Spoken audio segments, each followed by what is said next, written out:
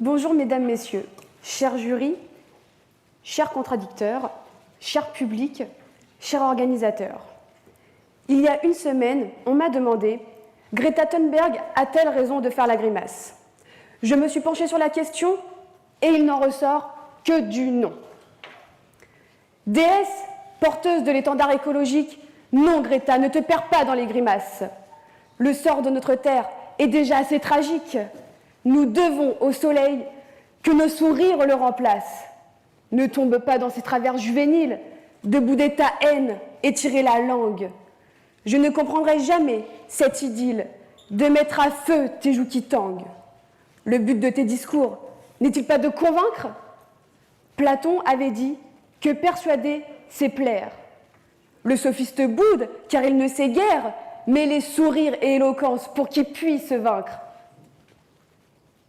Greta, crois-moi, oh jamais Greta, tu ne dois perdre ton sourire dans les simagrées et soupirs. Promis Greta, jamais tu ne le regretteras. N'en déplaise aux pseudo-philosophes de notre ère, la première impression est celle qui marque le plus, si bien que cette première impression gouverne notre société. Un exemple simple, les entretiens d'embauche. Je défie quiconque, même vous ici présents, de trouver un emploi en faisant la grimace. Tous mes respects à la profession de clown, bien entendu. Rappelez-vous de votre enfance, ce qui peut naturellement paraître lointain pour vous, mais souvenez-vous des 10 commandements de la maman. Après le fameux « il ne faut jamais réclamer », arrive à la 8e position « ne fais pas la grimace, c'est mal poli ». À cette fâcheuse discipline physique, Greta Thunberg s'apprête à passer sa ceinture noire de la grimace.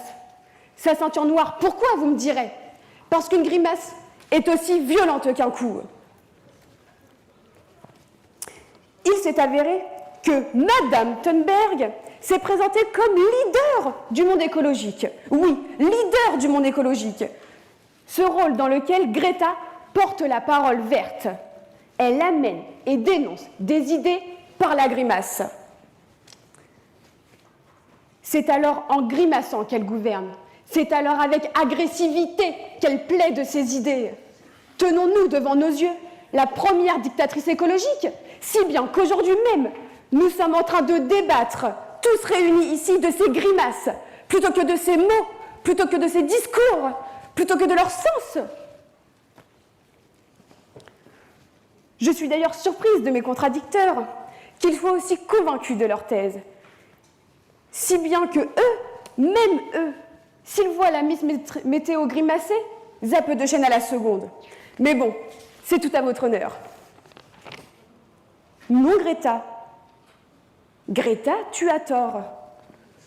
Grimace vient du francique grima, comme nous l'a dit notre cher contradicteur. Grima, qui veut dire masque.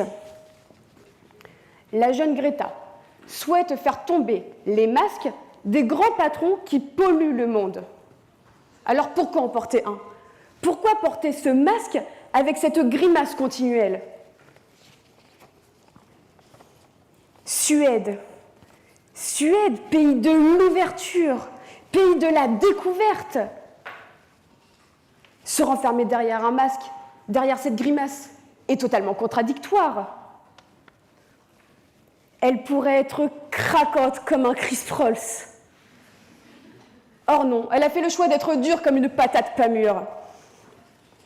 Mais le sourire solaire qui plus est, ne peut jamais flétrir comparé aux grimaces lourdes de plomb. Peut-elle imaginer grandir en faisant des grimaces? Bien sûr que non. Même en buvant de la soupe à la grimace, je ne vois vraiment pas comment. Et je me rappelle 2019, oui, 2019, quand Greta grimaçait à bord de son voilier, direction New York. Comment peut-on accueillir une jeune sur des terres, comme toute autre personne, qui semble être mécontente? Dans les hautes sphères diplomatiques, même le sourire est porteur de signes. Oui, le sourire. permet de gagner la confiance de son interlocuteur, mais permet également de gagner la confiance de son auditoire et permet aussi de les rassurer. Or non, Madame Thunberg décide de grimacer et à tort. Elle décide de grimacer dans les sommets où ses discours ravivent les cravates ébahies. Je ne vois rien de bien en cela. Alors, j'ai cherché à comprendre. Oui, j'ai cherché à comprendre, et selon mes recherches, j'ai trouvé que la grimace permettait d'éliminer des calories. Point positif pour les non-sportifs. Alors, effectivement, selon l'INSEE, on perd 203 calories par heure de grimace. Selon BFM TV, la perte de calories est de 512,5. Et en plus, on a la chance d'avoir des nombres précis. Continuons avec la CGT. Il s'agit de 1272 calories.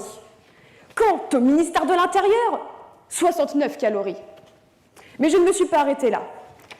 Je ne me suis pas arrêtée là et j'ai demandé à mon binôme. Nous avons eu une semaine de dur labeur pour essayer de comprendre les raisons de telles grimaces. Et à nous deux, nous avons compris. Oui, nous avons compris. Greta voulait tout simplement surprendre son plus grand rival écologique. Son plus grand rival écologique, Donald Trump, excusez-moi. Et c'est évident, la course à la grimace prend place. Dans les colonnes médiatiques, la jeune Greta sectionne, boude, émeut. Quand Trump, lui, il esquive, se décale et remise.